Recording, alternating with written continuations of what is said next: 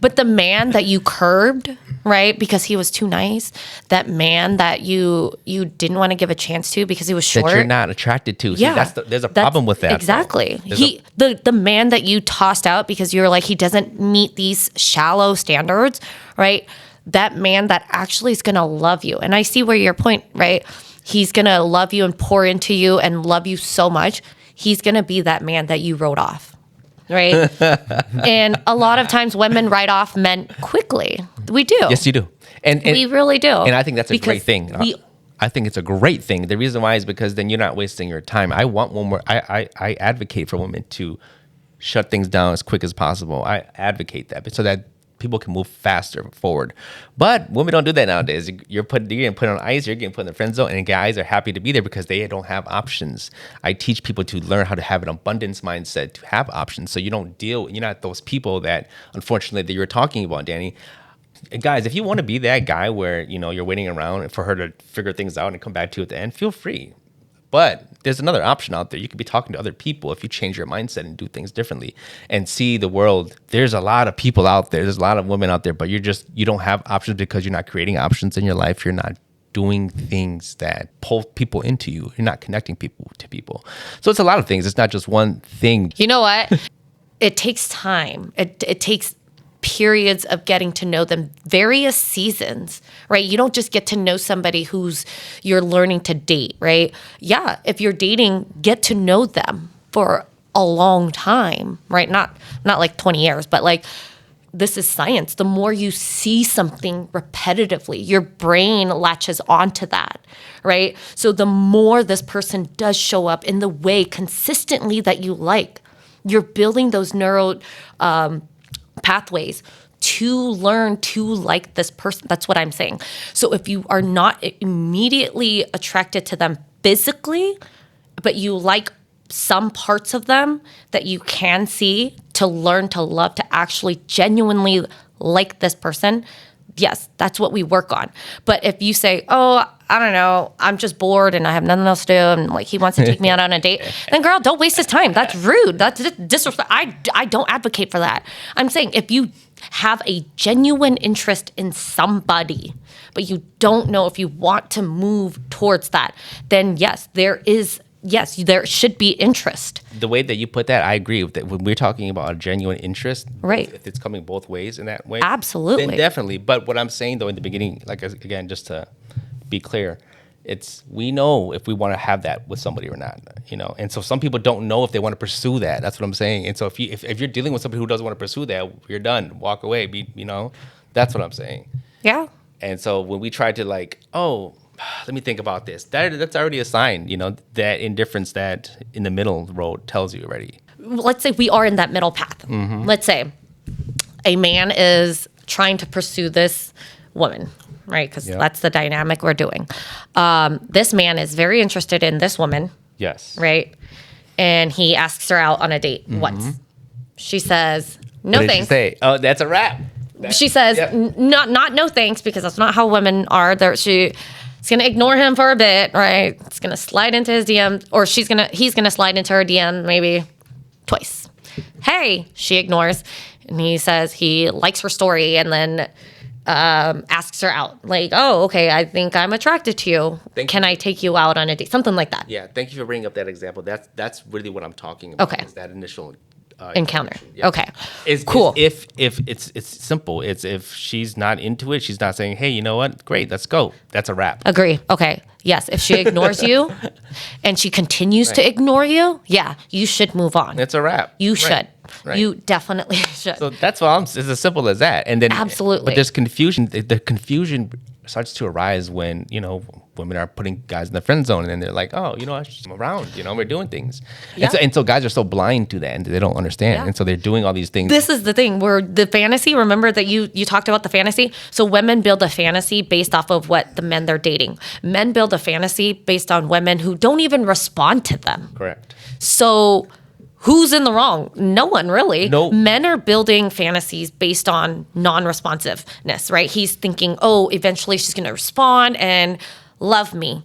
No, that's not really how it works. Sometimes, maybe uniquely, sometimes, right? But majority of the times, you sliding into her DMs all the time, liking her stories, and she still leaves you on red.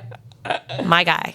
Yeah. I don't know. So yeah, Maybe not. These are things that I do not advocate. Yeah. So do not do those things. But let's say women. Let's say if you send her a message and she replies and she's maybe interested, maybe not. Maybe try that give yourself a time limit. 2 or 3 messages she replies and she declines twice. Take that as a no. Yeah. That's it. Totally agree. I know that I totally agree. Yeah. So and that's what I'm saying, you know, and I think the confusion was just like, you're like, sometimes it sounds like it gets blurred. You're right, because I'm thinking, what? We're trying to negotiate like being together? Like that doesn't make sense to me. Right. No, that's if they're in a dynamic where both of them have agreed to move forward towards dating. But if you're on the outside and you're trying to get in with her, I don't know. It's very hard. The barrier to entry is very hard. Women are very picky. Yes. And because we get a lot of those men in those DMs, right? Yep. And then so this is why I teach ways to work around that. So we're not doing those. We're a little bit more effective. Are you teaching the men, like, okay, let's say this girl, the IG baddie that they're going for isn't interested. Do you teach them to continue going for IG baddies, or what are you teaching them? I teach them to play real life. So we're not doing stuff online as much. Most of our time we're going and saying hi to people. Yeah. You know, we're having real life conversations, trying to connect at that level. Yeah. Because again, they're rigged against you. It doesn't mean that they don't work. They work for me. They still work. It's just that the probability, the percentage is so low that you're better off actually just meeting people in real life. What's your strategy for that? What is my strategy for dating? Yes. My strategy for dating, and I don't, again, very different, right? I look at behaviors and patterns now. Like, I'm not going for, these things. So I'm not dating. That's my strategy. That's your strategy? That's my strategy. Because, like, I'm not dating because it's not a priority in my life. But like you said, when I'm ready to be in that position, I'm going to know what I want. Right. And that is my strategy because I'm very serious. Who is, what's his name? Captain America. What's his name? When he Chris said, Evans. Yes, Chris Evans. He had an intention he didn't date for many, many years. And then when he put his intention out there to date, his intention was date to marry. Within that year, he dated, found somebody, and got married. Until I'm at that point in my life. He's also Exactly. So if you are just dating to date, that's fine. But know that some people are dating to marry. And so I'm not at that point to date to marry yet. So I'm not going to date because I'm not just dating to date. Right? That's the different approach. Isn't that basically the issue that Envy was talking about? That we are having a growing epidemic of like male loneliness because probably people feel like they're not ready to date. Yeah. And then I think per year the age gap keeps growing and growing, and then and then by the time people are ready to marry, or by the time people are ready to settle down, I don't want to say it's too late, but then it's when they realize that the pool of what's available to them is like much lower. Yeah. So, and again, that goes with the consequences of you if you want to wait and not date to marry, right? If you want to just date and keep dating until somebody better comes along, then that's your discretion. So then when do you think you're ready then, if I can ask you personally? When I personally feel ready. Yeah. When do you think you'll be Chris Evans ready to announce to the world that you're ready? I'll know it. When I'm in a position of, okay, this is the next stage in my life, because there are things that I have personal goals that I'm trying to attain, right? And being with somebody, it would. That's a fact. Yeah. I get it. I'm trying to get to where I need to be, and being with somebody, I'm not going to focus on them. And that's not how I want to treat my partner, right? I don't want to put them on the back burner. I want to prioritize them just as I'm prioritizing my education, my career, my business, my empire, right? Those are things I'm focusing on. And so do I know that I'm putting my personal life, such as marriage, family, all of that you want. Yeah, that I want to. I know I have to. I can't simultaneously work on these things because me, who I am, I want to give it my all, right? I want to show my person that I am so with you and that my career, I will work on my career, but you come first, right? And that's what I want in a partner. I want to eventually show him that, hey, we're in this together. Like you and I, this is a partnership, right? Versus, well, I'll be with you, but then I have to go over here and I do this. And some people do that. I cannot personally balance both. So when I feel like this, I am ready to transition, I will know when that happens, right?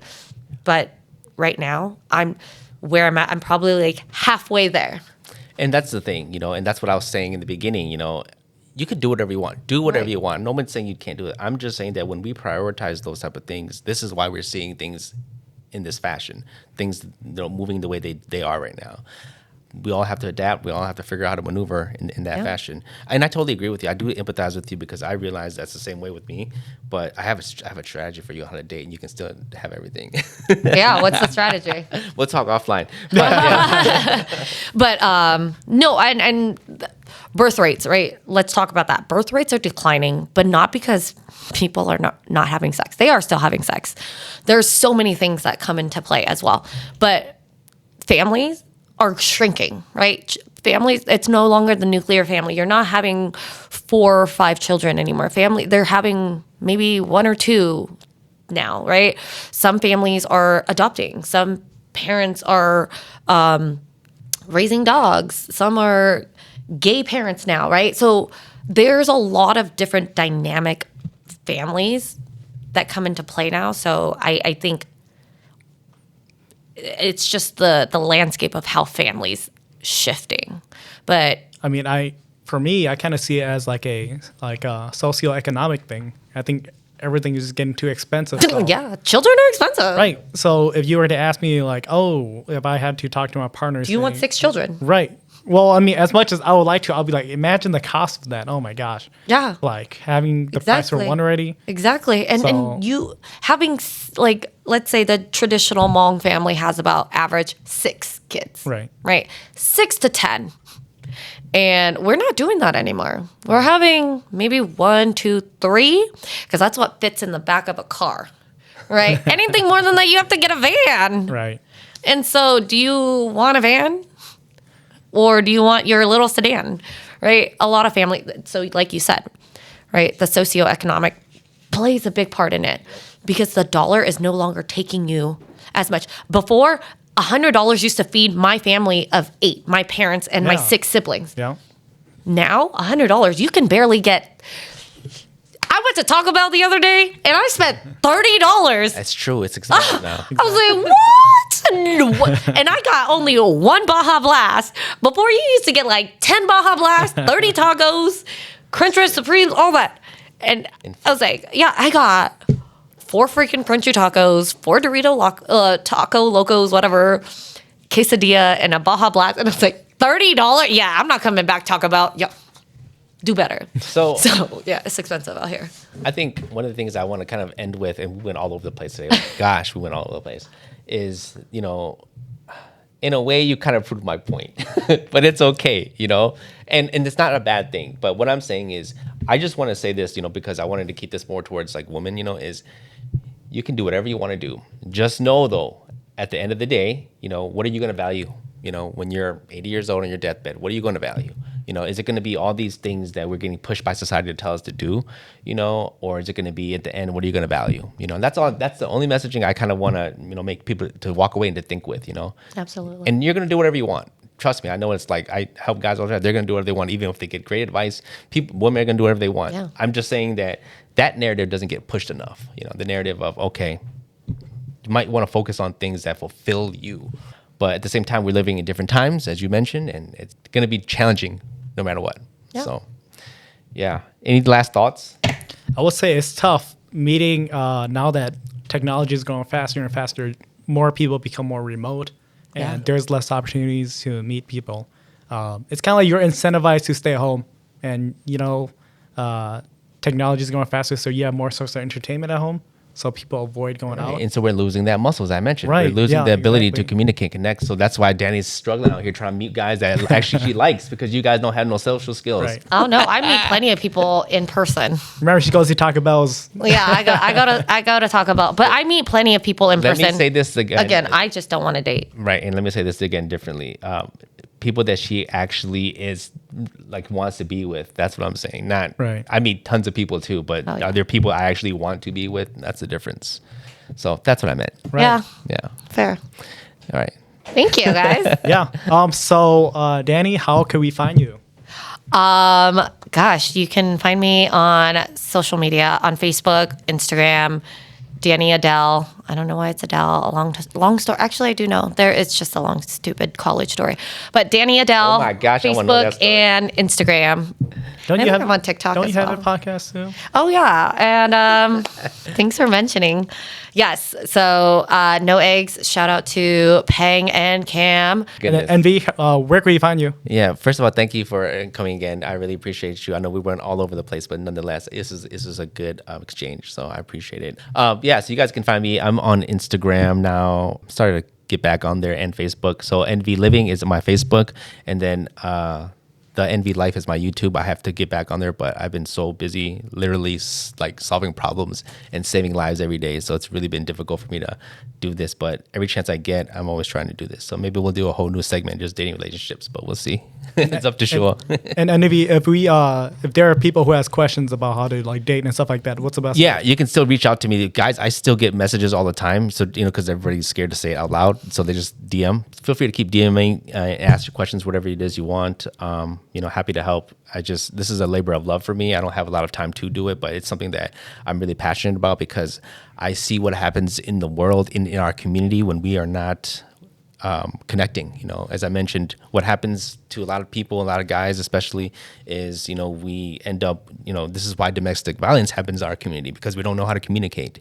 This is why these ongoing issues that we see all the time. This is why that most recent event so sad, because people can't even have discussions that are different from yourselves, and so people resort to violent acts. And that's what we don't want to see. I want to help people with strategies so you don't get to that level. I know that sadness and pain and trauma happens to a lot of people, but there's other ways to deal with it. So that's why I talk about dating relationships, so that we can bridge that gap, even though sometimes they are very unflattering truths. But I'd rather you hear it than be lied to or have misinformation. So Awesome. And so, I'm very thankful to have you two. I was able to listen a lot and see like a lot of things you guys were able to bring. And, the point is to help people and bring up the conversations that people can't have, So Right. I'm really thankful to have you two. And thanks for coming on the Telemone podcast. Yeah. Shua, you have anything else you want to add, or I should say? I love the great job you guys. Thank you so Thank much. you. Yes. Thank you, Dani. Thank you. Danny. Thank you, Andy, for coming on. Yeah. Thank you, John, for hosting. I appreciate it. Yes. Thank you so much. Thanks, I had a guys. great time. Yeah. peace. So All right. thank you guys.